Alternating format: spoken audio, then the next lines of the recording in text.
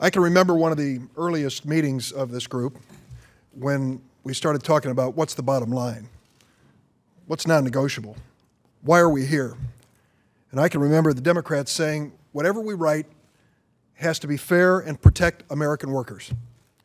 And I can recall the Republicans saying, whatever we write, we have to be firm in protecting our border. And the Democrats said, the bottom line is a path to legalization and citizenship for these people living in the shadows. And the Republicans came back and said, yes, but they have to earn their way on that path. Pay the taxes, pay the fines, have a job, learn English. It's not going to be easy. They have to earn their way. Those were the basic principles that started this conversation. I think there were about 24 meetings that took place as we came together sometime for hours at great length to talk about all of the issues that are part of this 800-plus page bill. This isn't perfect, but it's a good faith, common sense approach to fixing a badly broken immigration system. And there are several reasons why we're here and why particularly I'm here. First, the American people want us to do something. The notion that we would end this process with the same broken immigration system is just unacceptable. We believe on a bipartisan basis we've come up with a good approach, one that will make this country safer and more productive.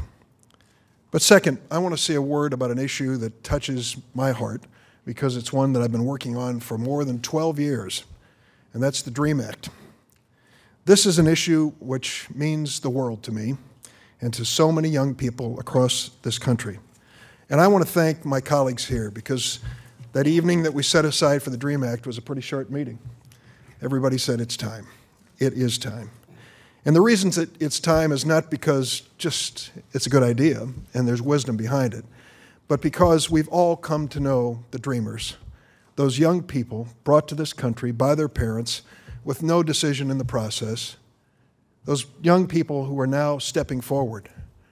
Remember, they spent most of their young lives being counseled, keep your head down, don't sign anything. If the police show up, go quietly to the exit, because you can be deported in a second.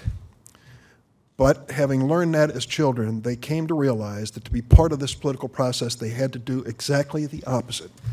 They had to stand up at great personal risk and introduce themselves to America and tell their stories. Let me tell you 3 of the stories represented today. Gaby Pacheco came to the United States from Ecuador at the age of 7.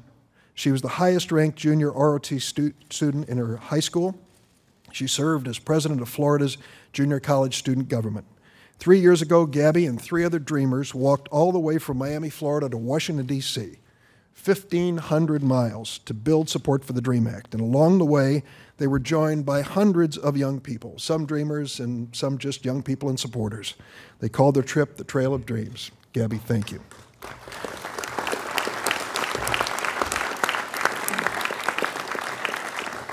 Tolu Olubunmi. Tolu is right here in the middle. Brought to America from Nigeria as a child. In 2002, she graduated from a prestigious university in Virginia with a degree in chemical engineering.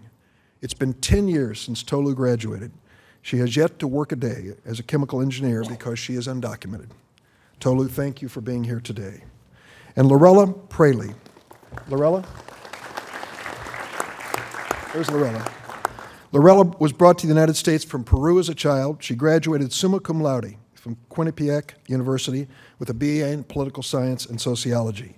She started the Connecticut Students for a Dream, a statewide organization advocating for the DREAM Act, and she's now the Policy and Advocacy Director of United We Dream, the country's largest organization of young immigrants.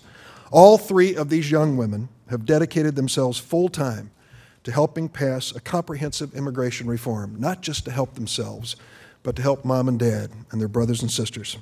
When I look at these 3, I see the courage, hard work, and determination that makes America, this nation of immigrants, the greatest on earth.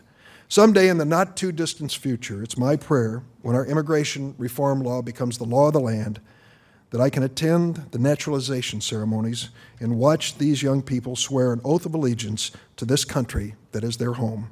On that day, America will be a better and stronger country. Thank you.